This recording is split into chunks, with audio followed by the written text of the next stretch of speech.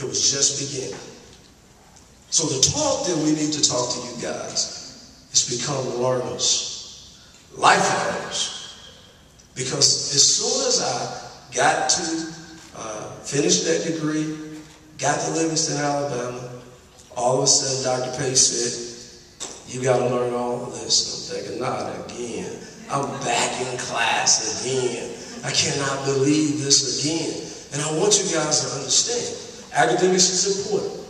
Getting a diploma and a degree is important. But changing your mindset to becoming a learner is just as important. Because at every level, on everything, you always need to be learning. So if I get a consistency, if I get a hunger, if I get a desire for learning, then it's easier for me to sit in a classroom. It's easier for me to go home and study. So you got to change your mindset, because if you're thinking, I get this diploma and it's over, it's just the beginning. The next thing is your attitude. I was riding down the road today and I was thinking about it. Someone said while I was riding in the car, because I'm always listening to different motivational speaking, and it said that, you know, when the student is ready to learn, the teacher appears. I think attitude is everything. I tell guys, I'm watching you when I come to the court. And if I see a guy that's excited about coaching, it makes me excited. When I see a group of young men that are hungry to learn, it makes me hungry to teach. So your attitude and the things that I'm talking to you about now, not just at Tupelo High School, this is going to be at the university, at the next job, at the junior college. It can carry you to help you to be successful in life. One of the other things to me is passion and purpose. You know, I'm a basketball coach. I love coaching. I will coach for free. And I think, Mr. Clayton, you said it. Where is it? You said it again. I was telling our coaches, we did an evaluation yesterday, and I want all of you all to think about this. I told them my phone is on 24/7. 365 days a week. No amount of money, the energy that I give to our players, that you can pay me to say that I'm being fair. You made the statement, I'm not sure it's minimum wage. It's not. Because I'm telling you, the energy that it takes, and I'll tell you guys this, find something that doesn't have to be basketball. It could be a coach. You know, I tell our guys, don't let just worry about the inside of the lines. What about outside the lines? What about the sports information? What about sports communication? What about sports marketing? What about sports agency? So don't just look at inside the line. I'm trying to make a shot. I'm trying to do this. Because there's very few guys that make enough money to take care of family inside the lines. So if you want to be successful, start studying outside the lines. But I was going through it today, and I did evaluation on yesterday, and I told our coaches, I said, you know, we got in yesterday morning at 6 o'clock, and it's 9 o'clock now. Do we get in overtime? And they said, there's no overtime. The thing is, I was up this morning preparing, planning to get here, talking to the coaches, talking to recruits, because I have a passion for what I do. The passion that I have is the purpose that drives me every day. And my purpose is to help young men become successful. For you guys, and you guys are here in Tupelo, a nice community.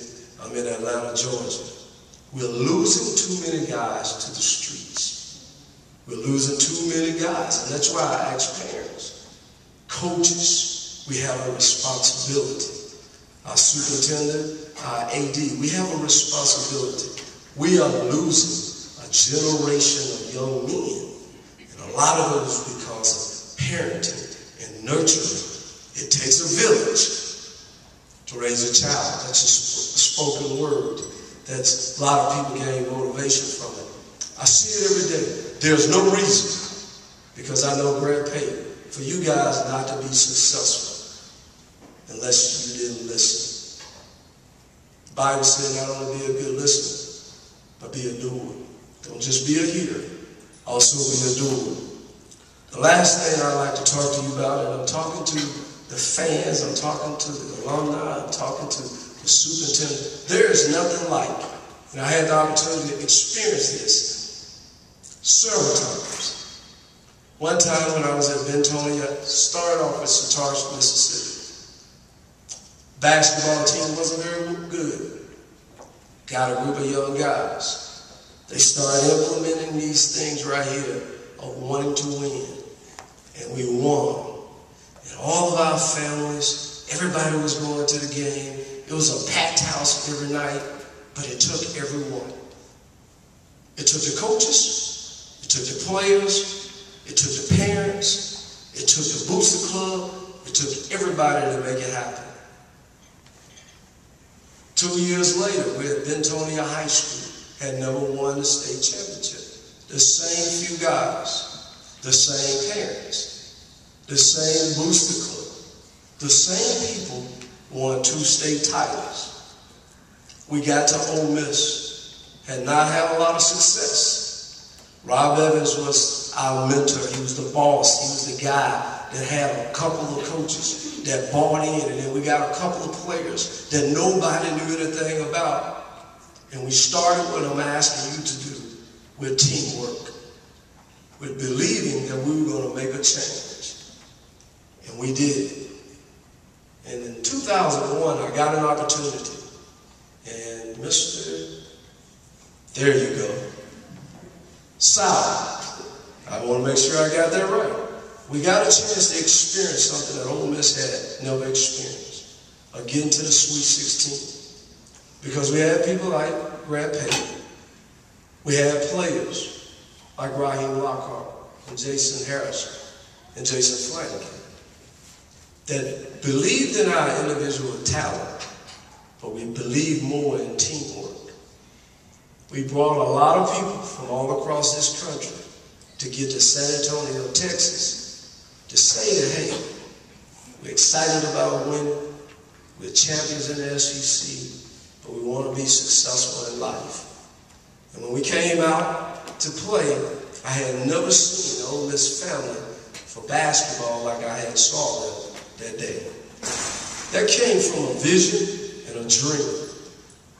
And I want you guys to have the same thing. You're not going to be champions. You're not going to be winners. You're not going to be successful until you visualize it.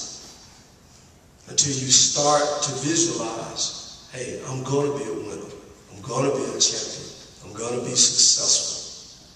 I want to ask everyone out here to be challenged, because I am one to, as I was riding down the road today, make a commitment to the school, make a commitment to this basketball program, make a commitment to the athletics, make a commitment to your coach and athletic director. If you come together with that synergy, there's unbelievable things that can happen. It is so easy to stay in your own little world. We are losing too many young men like this because we will not come together. If we come together, our communities, our schools, our families will be better.